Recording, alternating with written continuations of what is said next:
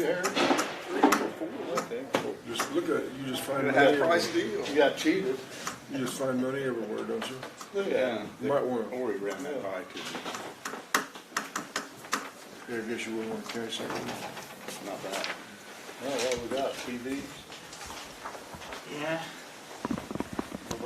Bring your own TV, that's bad. What are we, what's all the, You're waiting. I have no idea. Somebody, has something going on we don't know about? Probably. Thank you. Yeah, I can say, Mr. Lawson. waiting for the arrest. Buddy. I have My buddy. extra agendas if anybody wants one up here. Buddy. Right. Good thing. You going in the morning to see the helicopter? Yeah, I think I will. I'll be a little late, I got cardiac rehab. Jeff, Trying to get my heart in shape.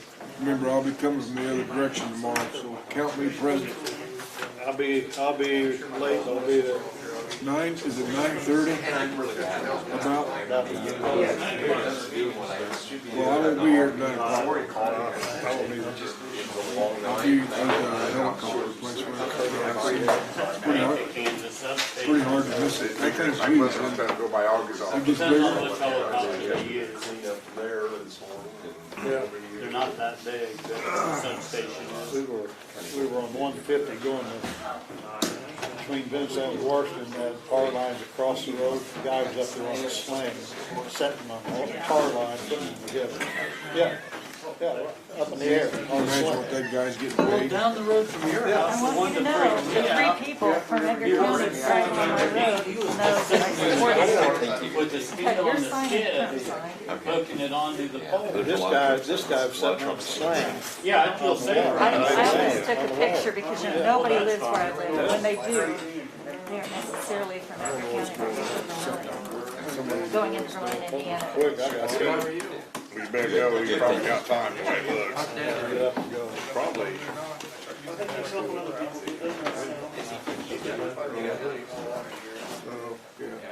I'm not changing my vote. Yes, we're ready. Well, I'd like to call the board meeting to order. Would you all please rise and recite with me the pledge? I pledge allegiance to the flag of the United States of America and to the republic for which it stands, one nation under God, indivisible, with liberty and justice for all. I'd like to welcome everyone here this morning. Augie, would you be so kind as to call the roll? Patrick, Yes.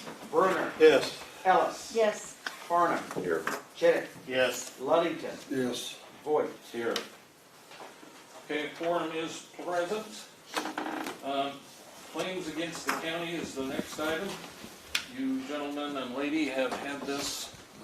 Do you have any questions or need any clarification on the claims against the county? Hearing none, I'd entertain a motion to approve. This bill moves. Second. Dan seconds. All those in favor signify by saying aye. Opposed, nay. They do carry. Next, county board member claims. Any questions? Hearing none, I would like a motion to approve. So moved. Dan moves, Phil seconds. All those in favor signify by saying aye. Opposed, nay. Okay, next we come to public comment. There is a podium up there for whoever wishes to speak. We have a 5-minute rule, and we're going to adhere to that. So I ask that you provide your name, if you would please, and staying within 5 minutes. So the podium is open for public comment, please. I'll break the ice. Figured you would, being shy and all.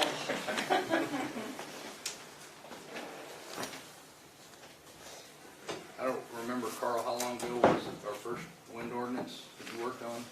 He did. None of us Right had. before our time. It That was was just before more our than 12 time. years ago. It has been a long time, huh?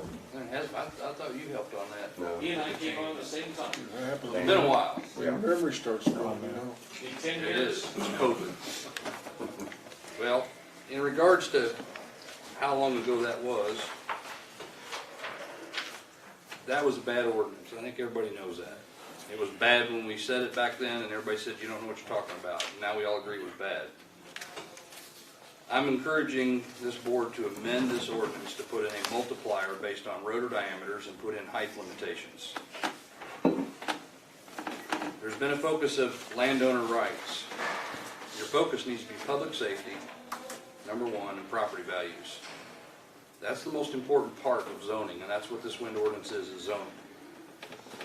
I will boldly say you've been lied to when you hear, oh, if we do a multiplier, then it's gonna block them out of the county and they can't be here. Because the wind farm told you that.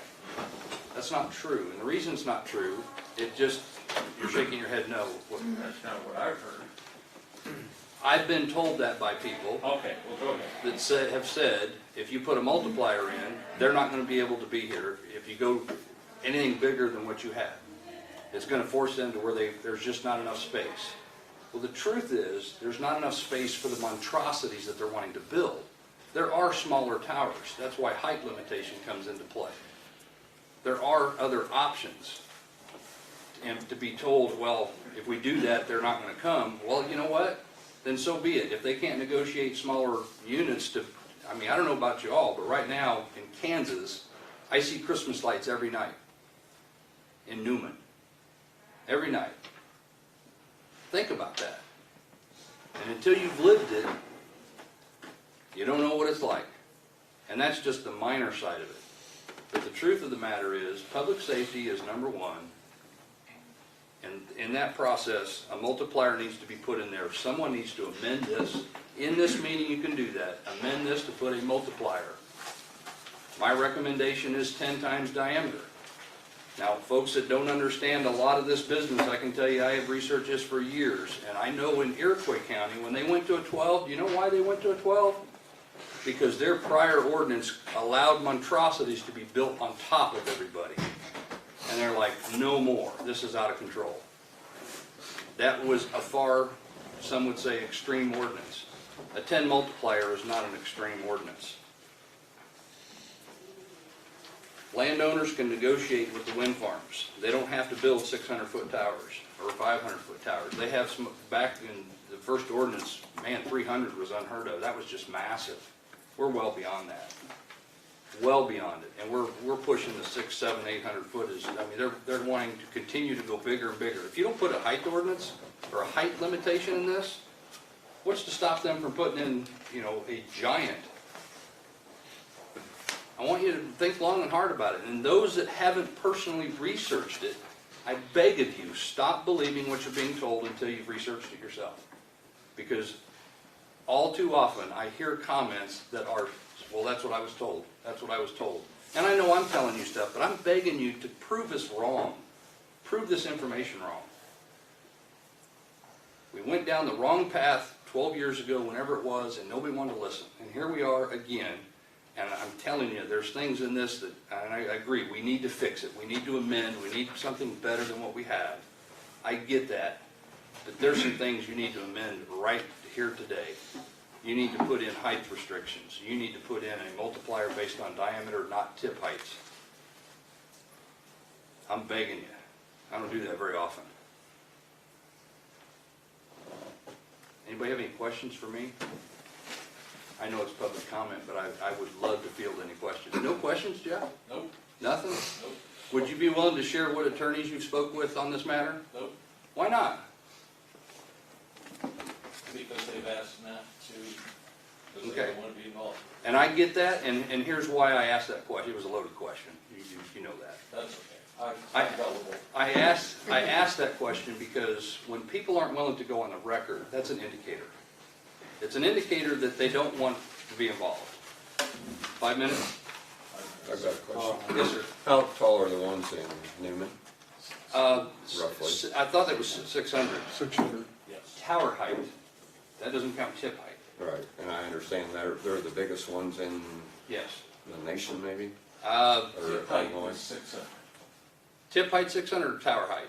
Those are 600. Okay, 600 tip height. That's to the blade, the top of the blade goes straight up, right?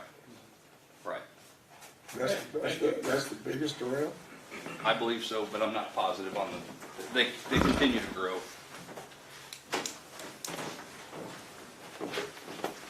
Brad?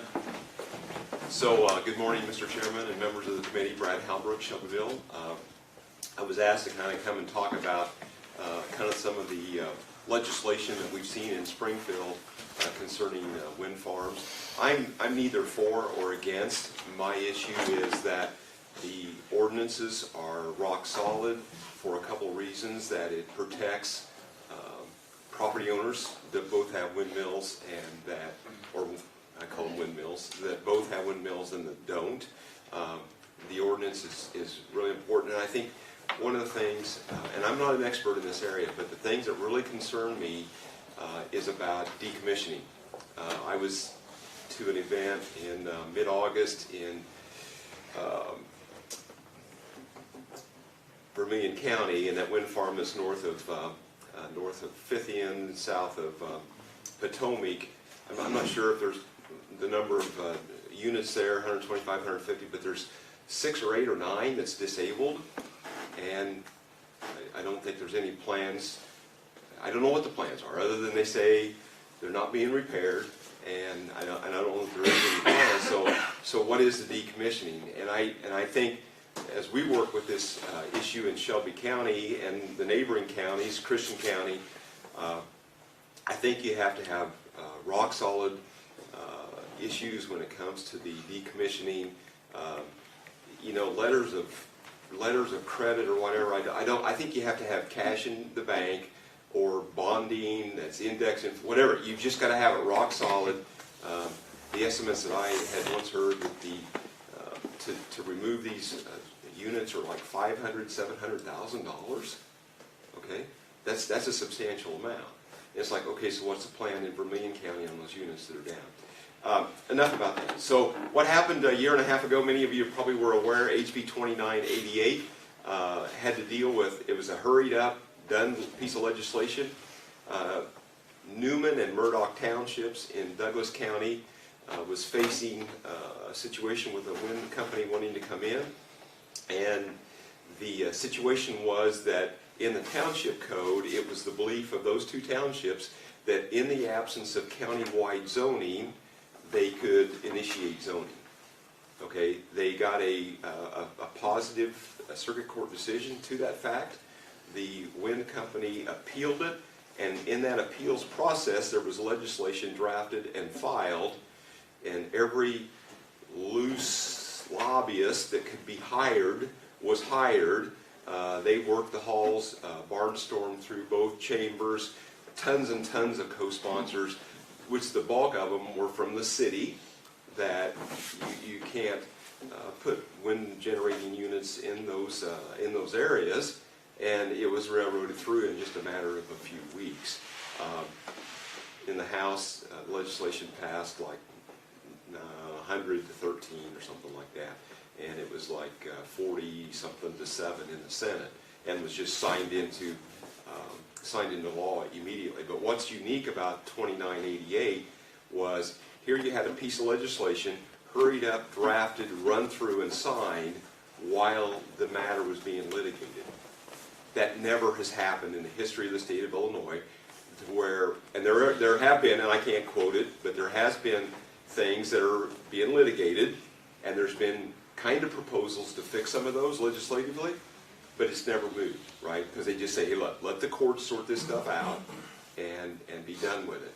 And what's the dangerous territory, the dangerous precedent in my mind about that matter was it stripped decades-old township code about in the absence of county-wide zoning, the townships can zone themselves.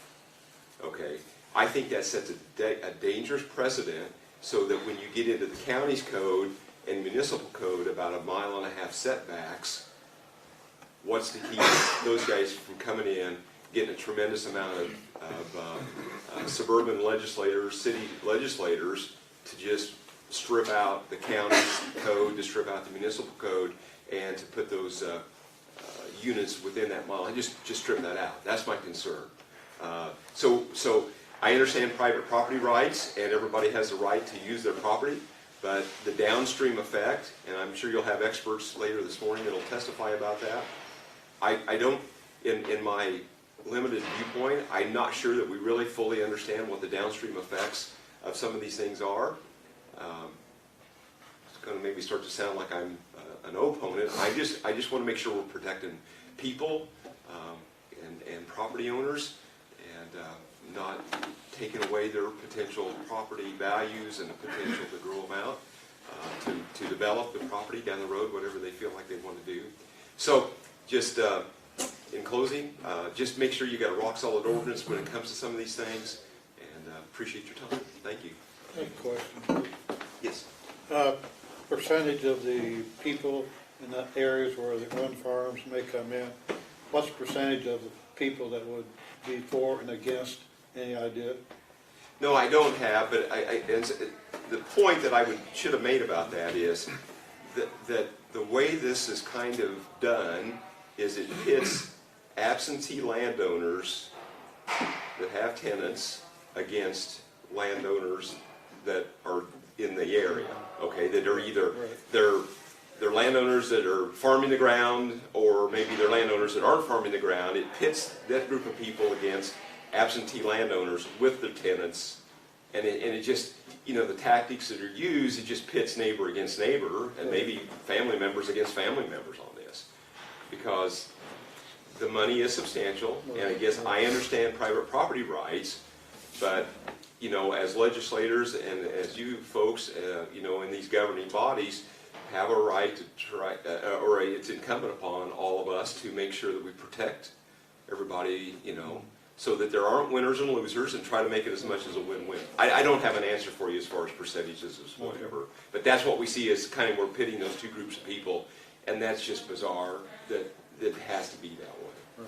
Thank you, Brad. Thank you, guys. Next. Hey. My name is Cindy Erke, and I'm from Ford County, Illinois, so I'm about 2 hours north of you guys. I was asked to come here to kind of speak on our experience. I'm on the county board there, and I also am on the zoning committee in our county. We have 2 operating wind farms in our county, and we have one that is in kind of developmental stage. All of those were permitted prior to us. Right now we have a moratorium on any new projects, and we are reworking our ordinance. And we would probably have that ordinance in place, however, the COVID-19 thing, we shut down all meetings and it's been put off, so. We were kind of in the same situation as you guys with the kind of weak ordinance that was handed out, came out of Chicago, was handed out to all the counties, everybody adopted the same thing. So since our first project went on in our county in 2011, we've had complaints from multiple citizens. Both projects have had problems, okay? Ranging from nuisance noise, shadow flicker, TV service interruption. We've had questionable turbine placement. So in the most recent project that went up, the setback for the town was 1,500 feet, and they ended up with a turbine at a little under 1,450 next to the town. Now, once these things are up, it's too late. So that town is stuck with a turbine set too close to their town. And of course, this was all done without our county representatives knowing what was going on, so until it was too late. Our highway engineer in Ford County is a wealth of information. He's gone through 3 road use agreements now, and one of the projects had major road problems. Took 3 years, lawyers, and all kinds of headaches to access the money that was supposed to be ours to access, to get the company to comply with fixing things. Now the project has been fixed and things are good, but it took 3 years and a lot of headaches. And what happened was the road grade was off, and this was a road that was traveled by school buses. So there's a huge drop off on a road where children were being carried to school. So it was a big deal, and to have 3 years of waiting to get that fixed was pretty frustrating for us. So I've attended a lot of meetings with wind company representatives, and we have been told straight out by the wind company representatives that you have your salespeople that come in, which maybe they're here now and may be talking to you, those people. They tell you things, they make you promises. If it is not in writing, it is very likely it will not get carried over to the next stage. The next stage is the construction company. The construction company is looking at the site plan, the maps, and everything, which I brought one for you. If anybody wants to look at, you're welcome. I'd be happy to share it with you. That site plan is created off of your ordinance. So if you don't have clear, concise rules in this document, then you're going to end up with problems later on down the road. And I say that because we've ended up with problems. And our ordinance is now going to be probably about 20 pages long. I also brought a copy of this if anybody's interested to see the changes that we're doing. A few things that I noticed. First of all, no other types of zoning have setbacks that are measured from property line, or from homes. Everything else in zoning is always measured from property lines, okay? So for whatever reason, wind companies have tried to convince us that it's okay to measure these things from homes. It's not. Somebody's property is their property. What we've done in Ford County is we're kind of coming at this as this document is protecting non-participating landowners, because when landowners sign a contract, there's a clause in every contract I've ever seen, and I've seen quite a few of them, that there's a clause in there that they agree to waive all the restrictions in your ordinance. They waive setbacks, they waive noise requirements, they waive shadow flicker. They agree to it when they sign a contract. The object is, when these people come in for a county, to have your ordinance set so that it encourages the wind company to get people to sign up with them and agree to waive the restrictions. But if the property owner doesn't want to waive restrictions, they have the choice of being protected. Property value, shadow flicker, all that. State statute requires that nuisance noise does not cross property lines. Because of the nature of these machines, you guys have all seen them up there. Those are structures as tall as the St. Louis Arch. There's no way that noise does not cross property lines. So by putting a noise restriction in, you guys are going to be protecting non-participating owners, property owners, from nuisance noise. If somebody has a complaint after these things go up, at the state level, is that 5 minutes? Okay, can I wrap it up? I mean, it's fine.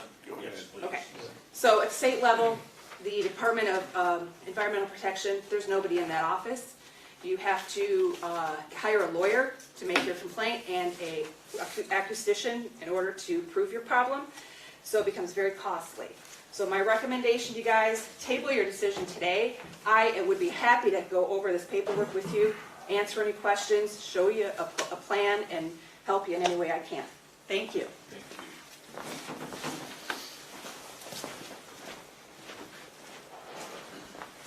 you.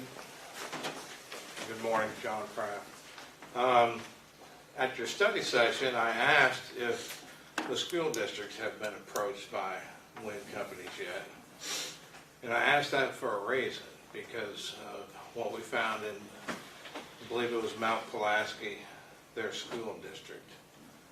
I was wondering why the superintendent and school board members would follow the wind companies around and tell everybody that this is the best thing since sliced bread. Well, I found out. They signed a contract, but they had an agreement with the wind companies mandating that when the wind company says, hey Bob, we need you to go to this meeting and speak in favor of the wind turbines, they have to go and speak in favor. they're prohibited from speaking against it for the entire term of the contract, which is 1 or 2 generations. What is it, 20, 30, 40-year contracts? And if new board members come on and speak against the wind turbines, the contract says they have to pay the wind farm back all the money they were ever given. Now, when I wrote about that, they quickly backed out of that deal.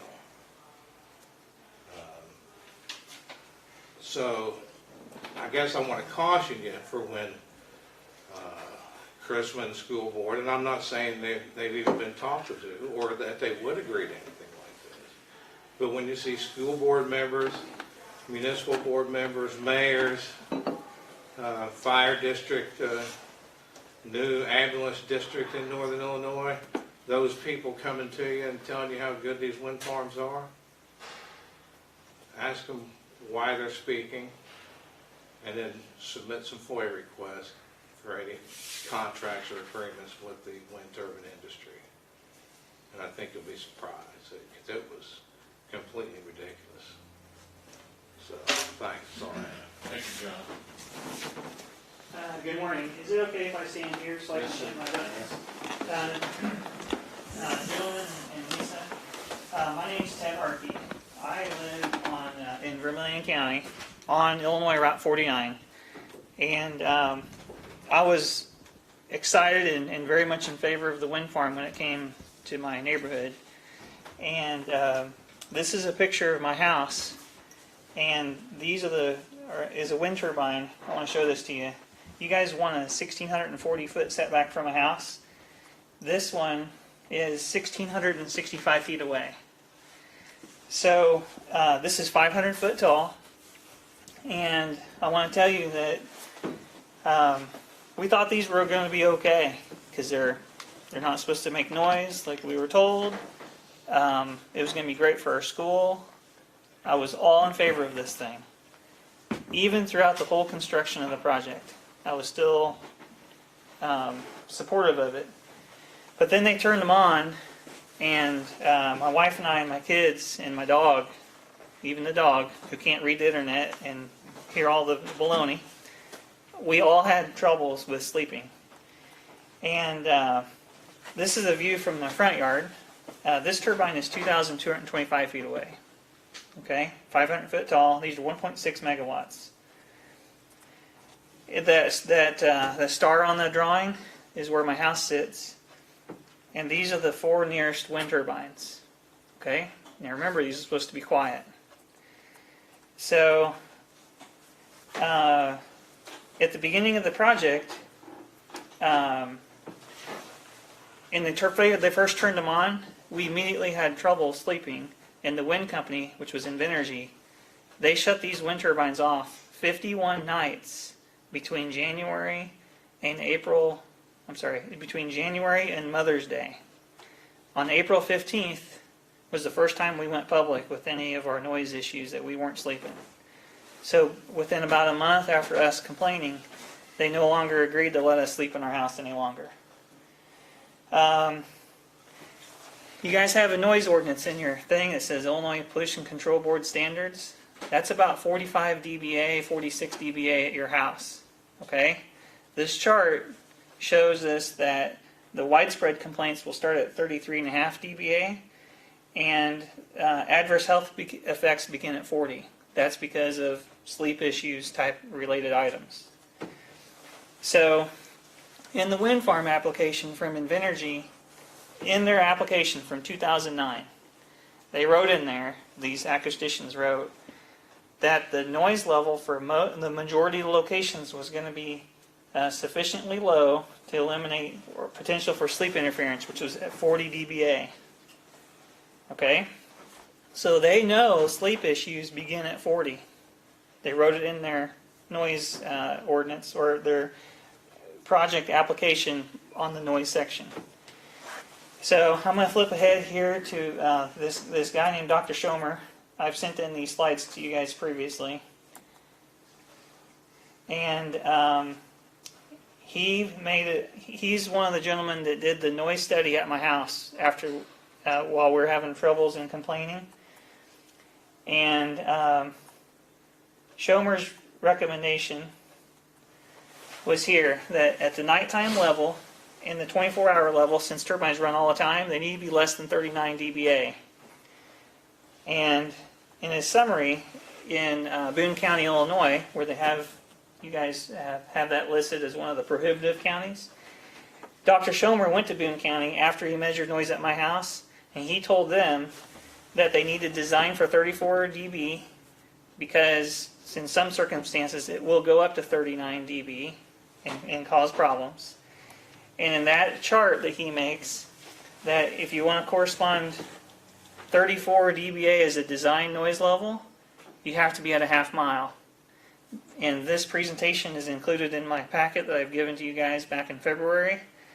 And this half mile is why Boone County, Illinois has it.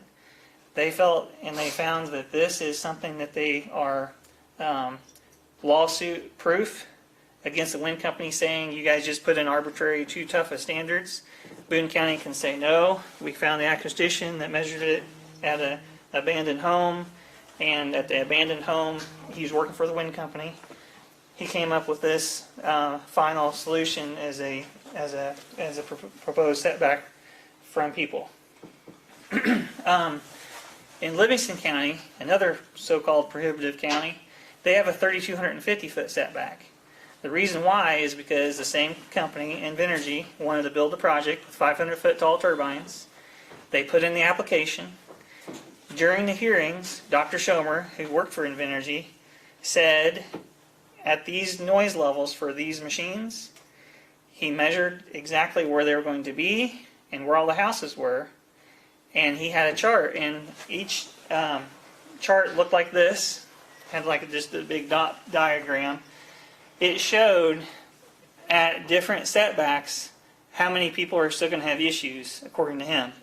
And he got to this slide, and he had 220 houses in the area. And at 3,250 feet, he still had 2 houses which were unprotected. I'm already at 5 minutes? Okay. I'd be glad to tell you more. I'd like to hear what it's saying. Okay. I just want to be fair too. Okay, thank you very much. So, with the 3,250 foot setback, this is why Livingston County went with it. And in Livingston County, they chose it, and they use this as their backstop to avoid lawsuits. Okay, so I'm going to summarize this. I have lots to tell you, but I don't want to upset your chairman using up too much time. Have you back. Okay, so for today, I feel like your group needs to put in a safe holder today. So a wind company doesn't come in tomorrow and drop an application on your table, and you're stuck with a 1,640 foot setback, where my turbine was 1,665, and I have a house that we had major issues with, as an example. So today, don't put in there 1,640. If you want a nice placeholder and be lawsuit proof from a wind company saying you're too restrictive, or a landowner coming in saying you can't make me restricted on what I can do with my own land, this is a good number which has been tested by Livingston County. I recommend you, and in today's approval, put the 3,250 in there from homes, and then take your time reworking all your details, because decommissioning is a big mess. It's very difficult. Some of these things is like nailing jello to a tree. The noise issue is very hard to prove. It costs a lot of money to take care of it. And for this noise issue, I think you trust the acoustician that worked for the wind company, that measured it at my house, that came up with this setback for Livingston County, and also did Boone County a couple years before that. He's already converted this noise-distance ratio. Distances are easy to measure, but noise is very difficult to capture and get that moment of time when it's actually over the limit in the middle of the night. Okay, thank you for your time. I'll wrap it up. Thank you. I have one question for you. You're talking about a setback. Is there a study about the proportion or a relationship between the height of the tower and the setback that you need? All the setbacks that we've seen so far, for the height of the tower that's noise related, the ones that I have is for a 500-foot tall wind turbine. Those are the ones that are around my house that were measured. That was the same turbine size they tried to use in Boone County when they had Dr. Schomer go up there. And that was the same size that Livingston County had when Dr. Schomer went to Pontiac, Illinois to discuss this matter. I feel as though a noise level for a 500-foot turbine is going to be similar to a 600-foot one. For a noise level you can hear, but the low frequency portion of it, where it's the blade wobble, where it sends an air pressure pulse, when the turbine catches wind up high, it will flex back, and when it comes out of the wind and it gets more lower to the ground, it flexes again, and each time a blade will flex back and forth, it puts out like an air pressure pulse, which inside my house sounds like a heavy subwoofer bass type of thumping noise, or people closing car doors or things like that, that wakes you up and disturbs you and you just can't relax enough to fall asleep. That you're not going to go to a wind farm and say, oh my God, I have to hold my ears because it's so noisy. It's not like that. It's just a gnawing, long-term, it's the duration of the noise, and it comes and it goes and it fluctuates. You can't get used to it. It's too variable.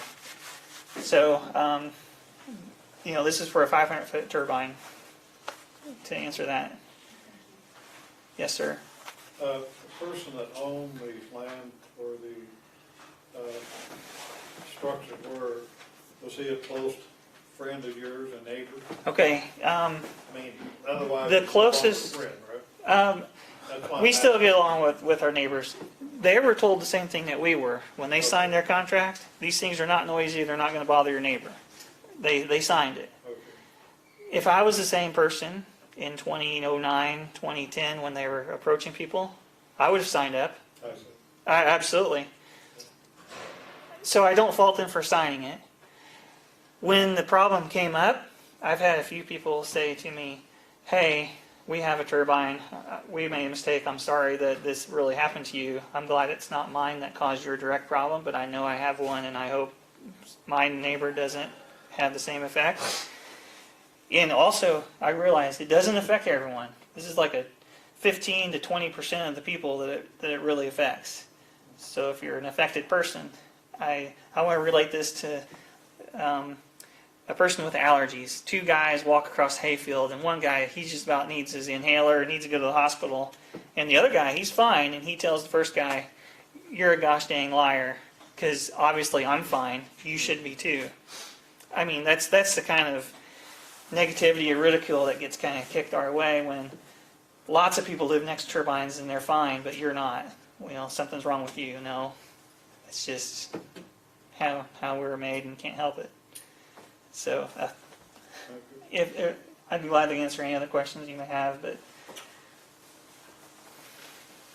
3250. Why 3250 Okay. and not review? Maybe you said it and I missed it. okay. Why not 2600 or Okay. 2350? Dr. Schomer, I think he had his increments in 250-foot increments. So he did 2,500, 2,750, 3,000, 3,250, and his slides were a rolling slide, one after the next. And he kept the closer distances. He still had 20 houses out of 220 were still going to be disturbed. And he rolled down, and when he got to 2, people were like, hey, 2 is, we feel like that's a risk that we can take. It's only 2 houses out of 220. It's about 1%. And if that's a problem, that's going to be an extreme circumstance. And that's just what Livingston County Board chose. I didn't choose 3250. It's just the increments that they thought they could live with for how many people would be affected, noise-wise, for those particular size turbines with that particular layout. It was very specific. I'm just asking because I wanted to know if we should amend for a temporary period. It seems rather high. It is. I have a lot of other reasons you could use in the 3,000 foot range. You don't want to hear those? I got like 5 things. We're gonna create a committee of the whole to Okay. start hearing the information right away. We don't expect anything to be in here for a couple of years. So, Christian County just went to 3250 with theirs. well, that's fine. Hey, you told us that the other day, I believe. But we, rather than just, what I was trying to find out, it's almost an arbitrary. It's not arbitrary. Well, I mean, it was very specific. The acquisition measured the noise and said, this is how many houses are affected. Well, What but- can you live with? okay, but see, I don't know what the housing units density is out there, but there's not much. And so 3250 in some of the areas may not even hit any homes, or 2650, or 2500. Say out there, we're talking Edgar County. Right. But we've got time, there's not even another company looking around the area. I'm just saying it would be better, you know, if we wanted to, I don't know what's the board's pleasure? My concern is, at this point, what we've got is not sufficient. Right, we all And I agree would on like to have that. something in place, revisable, Right, but I don't wanna, given the fact that someone may look and go, oh, that's where you wanna go, they haven't got anything in place there. right, I mean, That's my only we're concern. wide open. I'm not exactly sure how to answer that, but So how does, because we're talking about the potential turbines over on the west side of the county. If there are turbines going up in Vermillion, Illinois and Vermillion, Indiana, does an ordinance in Edgar, Illinois affect how close those can be to Edgar, Illinois? I have no idea. not that I'm aware of. So what you're saying is if your house is in Edgar County, but there's a turbine in Vermillion County that's Does our 1,600 ordinance feet protect from your us? house, I don't think so. Well, I think it's applies. That's not what we've been told, I mean, somebody may have some more. She has a- Yes, ma'am. Very quickly, to your question, the next county over, whatever their setbacks are, that's what they can do up to the county line. So if you have somebody with a house on the county line and they come across the county, that person could potentially have problems from the other county. That's what we dealt with the road issue, that road crossed county lines, so our county had to work with 2 other counties to remedy the situation. So you may end up coming into that situation if that occurs, but, you know, I haven't heard of anything like that happening. But the other thing I really wanted to say was, what we did in Ford County, we instilled a moratorium. Now, you can't have a moratorium forever, you have to be working on your ordinance and be moving forward, but it does give you time. We have a to- moratorium. You do, okay. You can extend that moratorium if you're still working on it. You're not under pressure to pass this today if you feel like it needs more work. That's just what I wanted to throw out there for you. If you have a moratorium, that's good. I thought this is a dang emergency. But we were told that we can't have one forever. Okay. And what we wanted to do was getting something that was, and we've tried, we're not pros either, we're relying on other people. We've consulted with the Farm Bureau, our engineer, although he is not an expert, he is an engineer and has worked with us and provided us a lot of information. So what we want to do is basically improve the ordinance, realizing that it is a work in progress. Or give it we sat around for 10 years and didn't even pay any attention to the darn thing. So about 7 months ago, we started working on this thing. The board was aware of it. We knew that we had an inadequate ordinance. So what we'd like to do now is set up a committee of the whole where we can start working and have special meetings on the deal and start having people coming in and explaining it so we can all together understand it better, and then have an ordinance that does offer much better protection, which we think it does, and go from there. I think it explains it to you. Is that how you understand it? Yeah, okay. Jeff, the moratorium, when did we adopt and how long does that last? And does that stop an application currently? Yes, it's no stop. We put that into effect in May, April or May.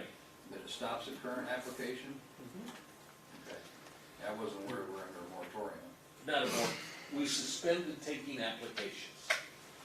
That's different than a than moratorium. Right. Okay, we suspended applications, I'm sorry. Yeah, I you didn't can, think we had a moratorium, but I wasn't gonna bring that yeah, up. if you don't have a moratorium, then you definitely gotta do something. Something, that's my concern. Right. I'm sorry, I don't know all the terminology. Yes, John? And if you gotta do something, it would be easier to reduce the Go back. setback later than it would be to increase it later. Or, I mean, you could vote today, put a moratorium on until you get your work done. That's fine, as long as you're working on it. You just can't put a moratorium on and let it sit. You gotta work on it. Which is our intent anyway. They, We've ordered, it's not on their agenda. Oh, we'd have to do it next meeting. Okay. You could table this and then do it. Yeah, when we table it, they might slip in with a. Well, there's nothing for approval of this on the agenda. is Yeah, there? there is. Yeah, there is. There is? Yep. Go big and amend it backwards to. 10. to- Oh, yeah, I've never seen it. That would be the, yeah. Yeah, you All can, right, well, That's your best it's easier to option. reduce it later than it would be to increase it later. Yep. I don't see the difference. Well, if you have a low number, it's set back now, and then you get an application, you basically can't increase it later after you get the application in. Motion to temporarily suspend was approved on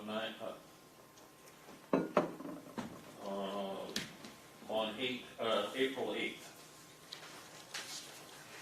suspend, okay. Yeah, I'd have to look up the language on moratorium, but it's a specific, For citing, yeah, so they can approval still, for citing. they can still put in an application. Where a moratorium, they can't put in an application.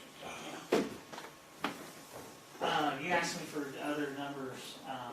I had this old slide too. It has other numbers, and you have like the blade throw, ice throw distance. That could be a distance to the property line. And then for the noise level, have that distance to their houses. If you want to do a two-tiered thing, I know Cindy thought everything should be a property line, but I realize that there are a lot of vacant farm ground that's not going to have a house built on it. And if you just make it safe for someone to physically stand on their own land without threat of a blade throw, that's pushing 1,900 feet or so. And for that noise, use 3250 as your placeholder.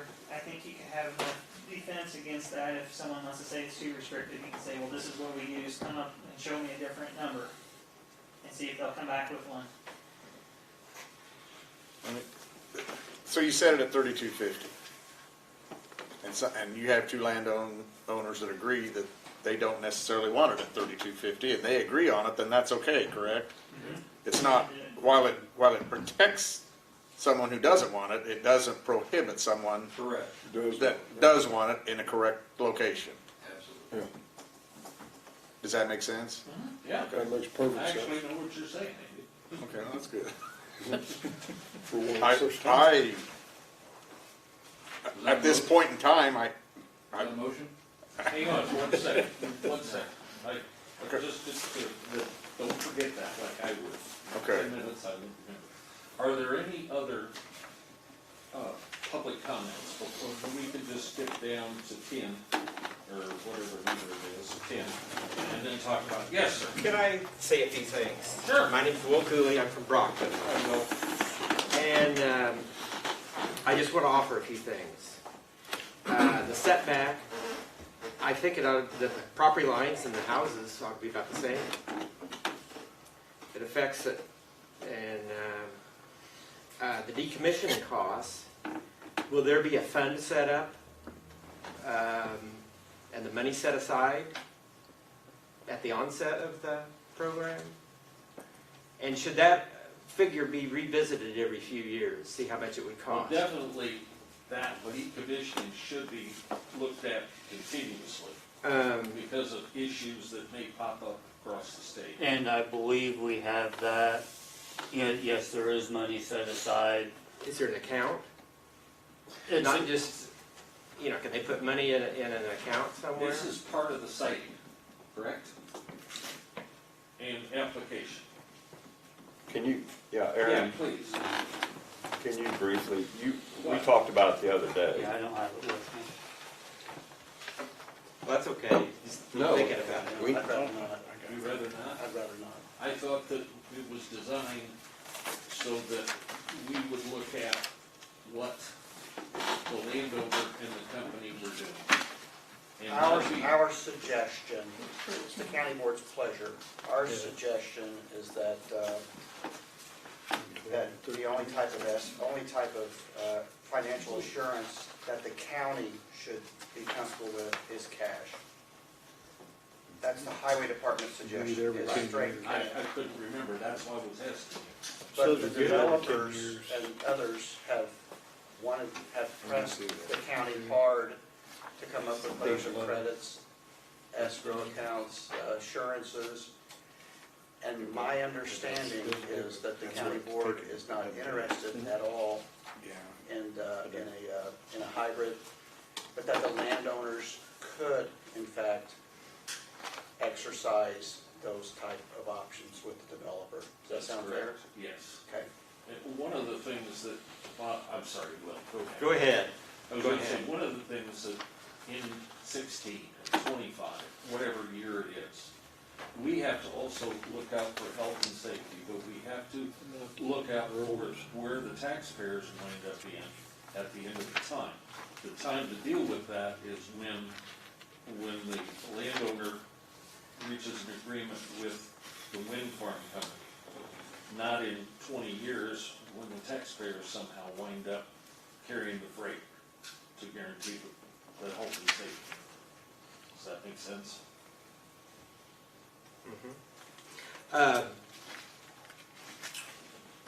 What happens if they sell the wind farm sells their interest or sells the windmill?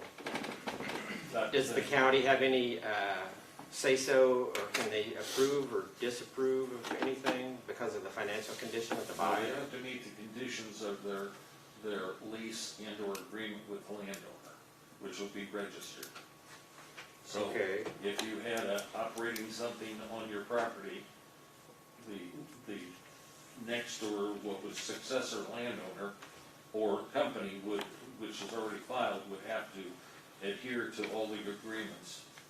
You know, just kind of like if you're renting. The county can't say anything about, so what happens if just one of them, one holds out or two holds out, it's not a majority or anything like that? They can go ahead and sell the company? I don't understand. Well- Financial assurance with the deed. Pardon? The financial assurance, is that what you're saying, that this is? Well, that was, no, recorded it's with the- different. What happens if the wind farm sells?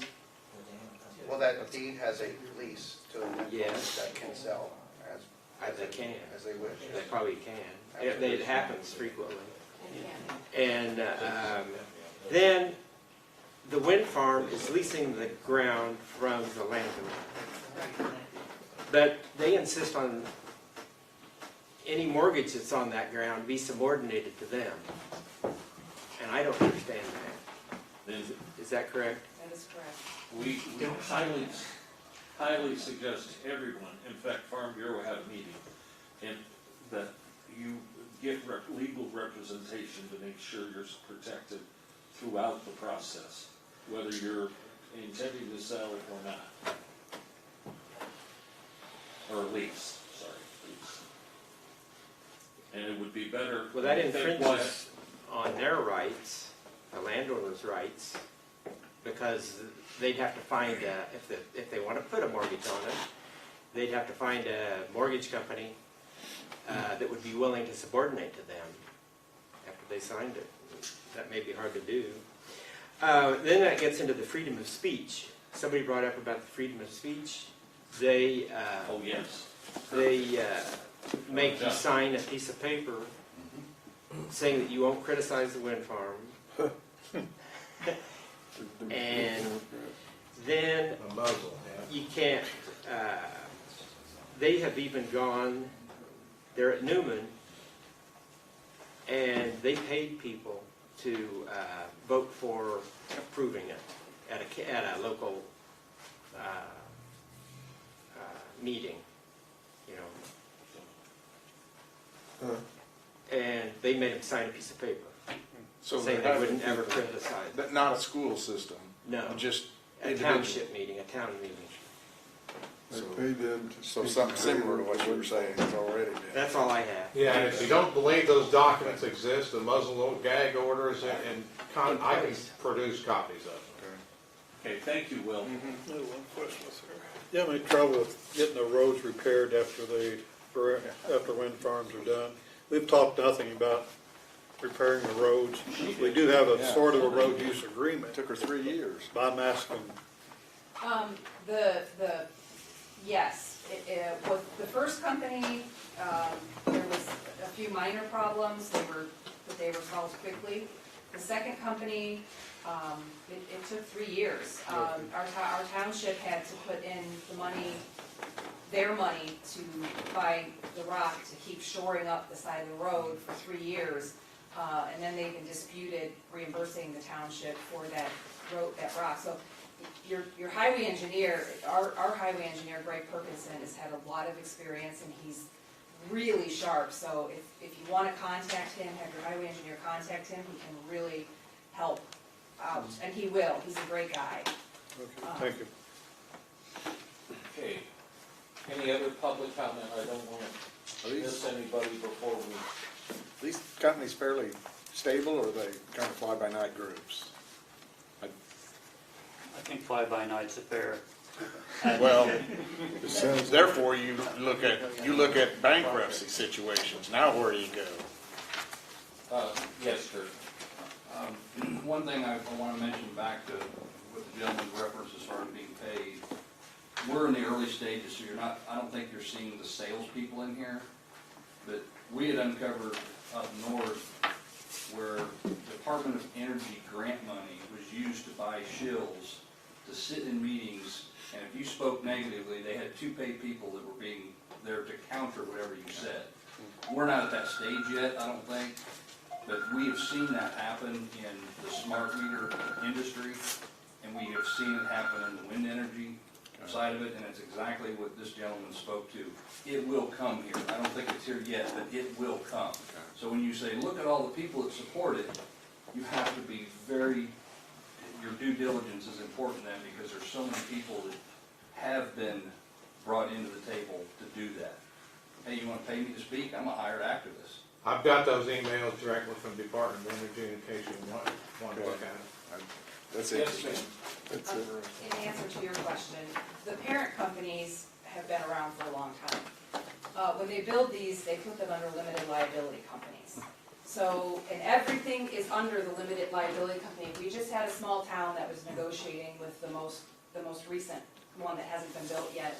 And they asked to put the parent company on the agreement, and the wind company would not do it. They said it had to be under the LLC. Okay. So, one thing to keep in mind here is that these companies, this is an industry, their goal is to build at the least cost and get the most out of it. So your job here is to protect your citizens and make sure that things are done correctly on this end. Because theirs is spend the less money, make the most, and that's what they're out to do. So keep that in mind when you move forward. Okay, we're gonna move on from public comment to item 10. So, gentlemen, Lisa, what do you think, where do you think we ought to head?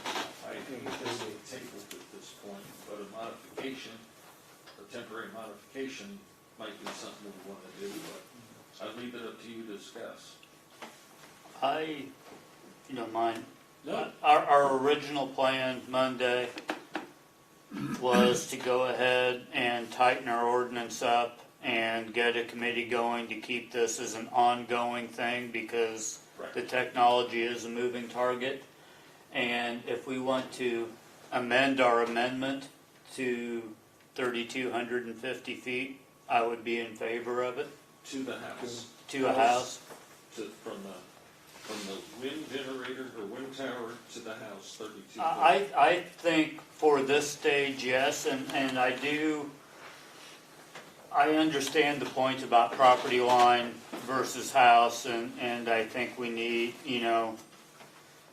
I like the idea of them being more in line, but I don't think at this point it's necessary, and that sounds like something better to discuss as we go forward, trying to tighten this up. Does that make sense? On what John said? At this point, we don't have a moratorium, correct? Correct. We have our old ordinance. Yes. I think something's better than nothing at this point. Okay. Since you don't have anybody beating your door down right at this point, at least you've got something to start with. And I think we need to really work on getting a group of people together that want to. It doesn't affect me, so but there are a lot of people that it does affect. So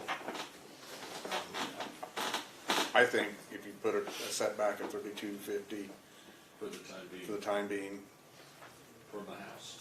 I don't think, For what are the primary structures? Primary It would be structures. primary structures, okay? Because you don't want 1650 from a school either, okay? Or a church, or wherever it Or a happens. restaurant in Andy's case. Yeah, or a restaurant, or grapevines. it's not something that needs to be passed right now. It's not an emergency thing. Well, well, it kind of is. And the way it is, Moratorium, I the way thought it that is. was an emergency, The way kind of deal with it. I thought, we don't have a moratorium. We don't have, but should. We don't have a company coming in right now to, we have a company that's Well, visiting yeah, people right now. okay. Then this moratorium, it seems like it's essential to do that quickly, isn't it? Well, we're talking about two different things. Yes. Okay. Right now, we're talking about the ordinance and amending the ordinance and doing a change to 3250 on the distance to a house or primary structure. We can't do a moratorium today because it's not on the agenda. And the changes we've made, I'm reasonably comfortable with for protection of the people. Is it perfect? No, but for a stopgap, I think I would rather have that in place than have to wait 2 weeks to get a moratorium on. Carl? I make a motion that we pass this ordinance, ordinance, and adjust the setback, As amended, the ordinance as amended. correct, and from the primary structure, change it from 1650 to 3250. Yes. Okay. Do we have a second? Andy seconds. Further discussion? So a moratorium is off the table, or we do this time and then a moratorium, vote on a moratorium Well, it later? would be, What we- I don't know whether the votes are there for a moratorium. Okay? Well, I'm just asking, is this two separate? This Yes. is Yes, separate. yes. Today, yes. Okay. Would you call the roll, Augie? Patrick, Yes. Brunner, Yes. Ellis, Yes. Farnham, Yes. Chittick, Yes. Luddington, Yes. And would you add? Boyd. Yes. As far as the moratorium, what do we need to have the state's attorney? I mean, I don't know what's If all. that's what we want to do, yes. Well, But we can't do that today, though. no. That's December. But maybe we can get the state's attorney to get some paperwork so we can take a look at it and see what all's involved. That's fine. We can do that, and Augie and I'll work on that when Augie gets caught up. Okay? And are we gonna have another study session before our next board meeting Yes. in November? Yeah. I don't know whether it can get done by then, but Right. we'll try. Yeah. I would like to thank everybody that made comments and is here to help us. Okay? We appreciate it. Thanks for letting me talk and interrupt the process here, go longer than I. Can I hand this out just real quick? I forgot to do it before I spoke. I'm sorry, what did you say then? May I hand this out to the board members? Oh, absolutely, please do. And give one to our engineer too. Okay, so it's double-sided, my contact information's on the back. Okay.